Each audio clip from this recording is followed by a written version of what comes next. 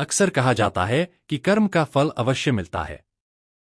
यह जीवन का एक अटूट सत्य है कि जो भी कार्य हम करते हैं, उसका परिणाम हमें किसी न किसी रूप में जरूर प्राप्त होता है।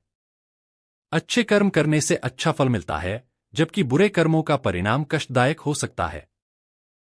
प्रकृति का यह नियम है कि हम जो भी ऊर्जा, विचार या कर्म इस संसार में छोड़ते हैं, वही किसी न किसी रूप में हमारे पास लौटकर आता है।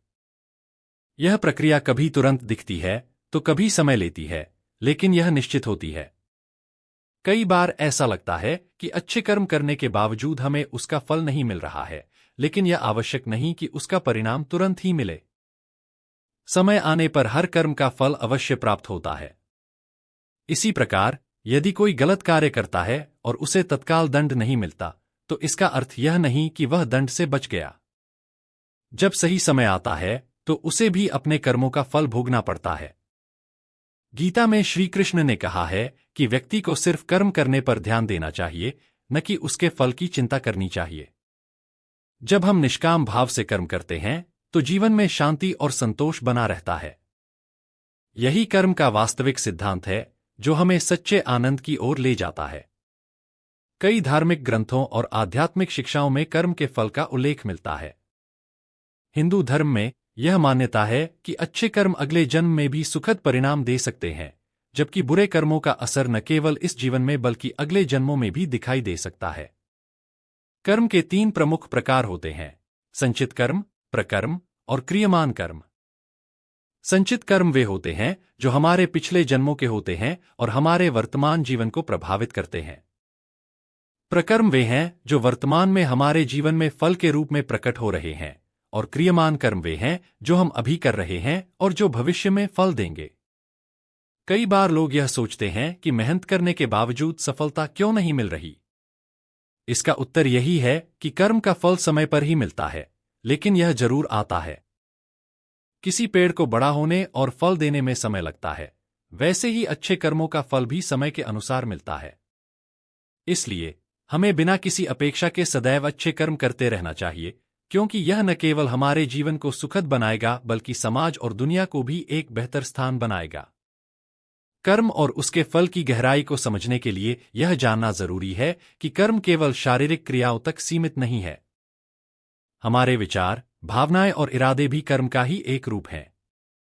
यदि हम किसी के प्रति बुरी भावना रखते हैं, तो वह भी एक नकारात्मक कर्म बन जाता है, और यदि हम प्रेम, करुणा और सद्भावना से भरपूर हैं, तो यह सकारात्मक कर्म के रूप में कार्य करता है।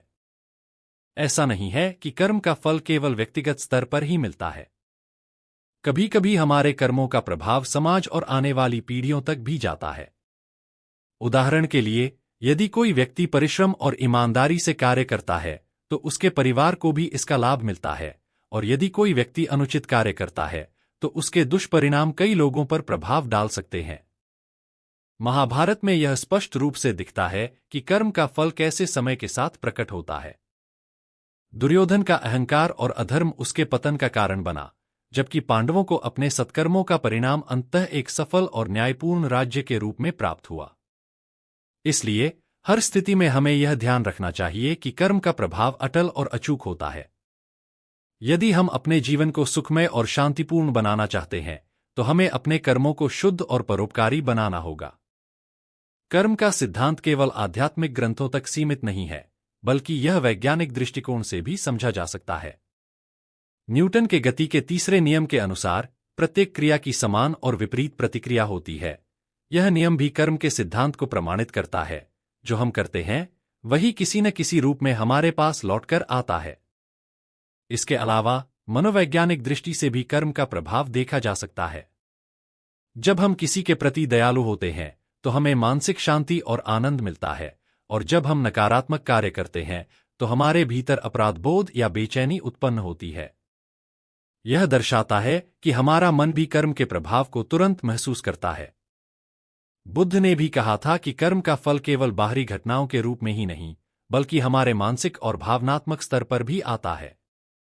यदि कोई व्यक्ति हमेशा क्रोध से भरा रहता है, तो वह स्वयं को ही नुकसान पहुंचाता है, जबकि प्रेम और दयालुता से भरा व्यक्ति आंतरिक शांति का अनुभव करता है।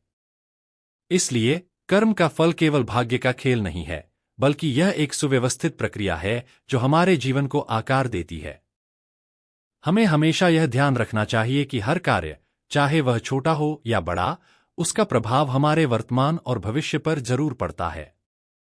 इसीलिए हमें अपने विचारों, शब्दों और कार्यों को सकारात्मक और नैतिक बनाए रखने का प्रयास करना चाहिए।